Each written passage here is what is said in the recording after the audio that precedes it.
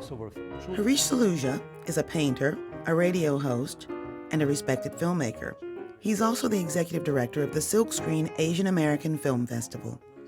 Tell me about the origins of the film festival. Oh, okay. Well, now that's good stuff. That's not just me. But first of all, it's called Silk Screen. Silk Screen. So that's a play on the silk route, China to Europe, and screen as the silver screen.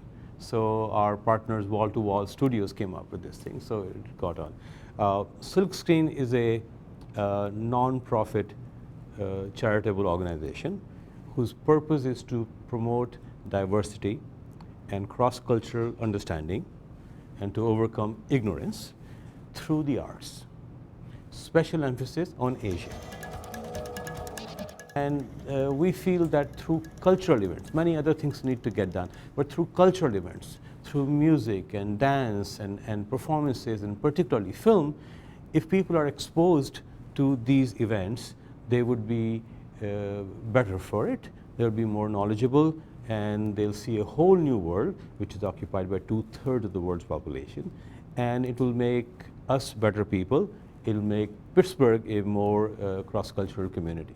How did your mission of diversity culminate in a film festival?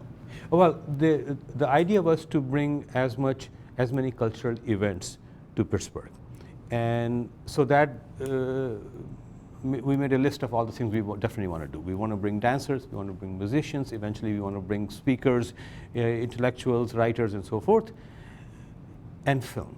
Film, number one, because it is the most enjoyable. Secondly, you have to pay only $9 to go attend it, as opposed to $100 for a ticket. And number three, if you don't like it, you can sneak out in the dark. You don't have, the lectures is kind of embarrassing. Everybody notices you're walking out. And we asked a couple of our friends of the foundation as to how would we measure success? How would we know we're successful? It's not like if you take a product to market, you can sell it, and you know how much money you made, and you're successful. In a non-profit, doing a cultural event, film festival, how would I know if it's successful? They said, look, it's Pittsburgh. It's an Asian film festival. Nobody heard of you. This is your first time. You get about 500 people to show up. It's a success. We had 2,000 people show up. 2,000 people, mostly Pittsburghers, showed up. There is a thirst for it. There is need for it. There is an old Indian saying, I don't know if you heard this or not. They say in India, if you build it, they'll come. You heard of this? I heard Kevin Costner say that sometimes. Yeah, see, even he heard of it. It's true when people say, well, it's Pittsburgh. You can't really expect a lot. You can expect Nonsense. Everything from Nonsense. Pittsburgh. Nonsense. Everything. I think it's attitude like that, a defeatist attitude that, oh, it's Pittsburgh, what do you expect? Well, then you say, well, why not? Why not Pittsburgh? Why are we think of ourselves as hiding in some corner somewhere, uneducated and ignorant? We're not like that. Pittsburgh has a strong history of culture and knowledge and being world leader. This is nonsense, and this is defeatist attitude. We don't put up with that. We are already putting Pittsburgh on a world map in a whole new way. Is it ever uncomfortable finding yourself being the cultural spokesman for such a large community? No, not at all. First of all, I'm not the only cultural spokesperson. There are many, many people much more smarter and actually good looking as opposed to me and rich people who are out doing this thing. I am in a little corner by myself. But no, I think it is our civic duty. I would like to hear about the opening night film, Okay. and if there's any favorites of yours on the roster. Oh, I have actually 19 favorite films. All of I'm going to Cooking with Stella is the opening night film. Cooking with Stella. It's set in India. It was written, the famous filmmaker Deepa Mehta from Toronto. She and her brother Dilip Mehta wrote it. Dilip directed it. So it's a story of a Canadian, a Canadian couple, the diplomats in India, and they have Stella as their cook, who has seen many Canadians come and go. And she has a racket going to fool these foreigners. And it's delightful. It's not great art. It's not Bergman or Kurosawa, but it is really enjoyable. So that's on May 7th at the Harish Theatre. I don't know if you heard about the gala, but it's become the most colorful party in town. That's what I think, one of the most colorful parties postgazette said. 400-500 people at William Penn Ballroom downstairs, buffets from 5-6 different countries, open bar. So if you come, you have to behave, you know. I'll do my best. Yes. I can't promise it. Yeah, well, please try, you know. So there's a movie called Bombay Summer, made by a new director, and it is a slice of modern life in Mumbai, in India.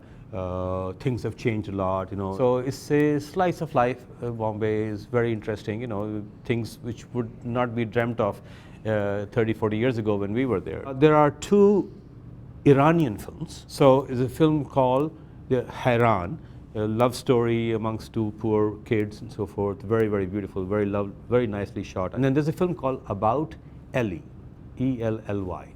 Most of these films have gone to other festivals, Cannes Film Festival or Toronto and so forth. There's a movie called, and you tell me what you think the movie is about. It's a big mystery. The title is People I Have Slept With.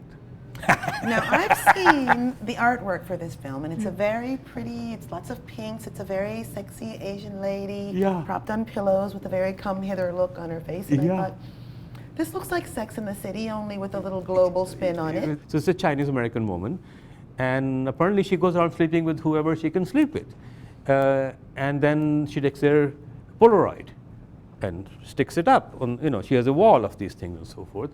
And as you can probably predict, it runs into some issues. And some complications ensue. Some complications ensue. You know, it's never that easy and that simple. But it's done in it's a very light comedy and kind of heartwarming, very nicely made film. Obviously not suited for children. What sounds like the best thing about this film festival is to approach it with a sense of curiosity. Yes. Find a title that you like and go see it, and let yourself just sit there and absorb what's happening on the screen. I know, and we are bringing films which would normally not be available. So if you like stories, if you like other cultures, if you like film, you know, come and see it. In this way, you'll be supporting us, and you'll be having a good time. Only $9, for heaven's sake. What could you get for $9 these days? Well, if there was one thing that you would want someone to come away from the film festival with, one idea in their mind after having seen Silkscreen, what would it be? It would be that we have a very vibrant Asian American community who are making wonderful, fruitful, intellectual, financial contributions to the society. We are part of you, we are part of Pittsburgh, and come to our world. Come see our world, befriend us, our arms are open, we invite you to come and join the new Pittsburgh.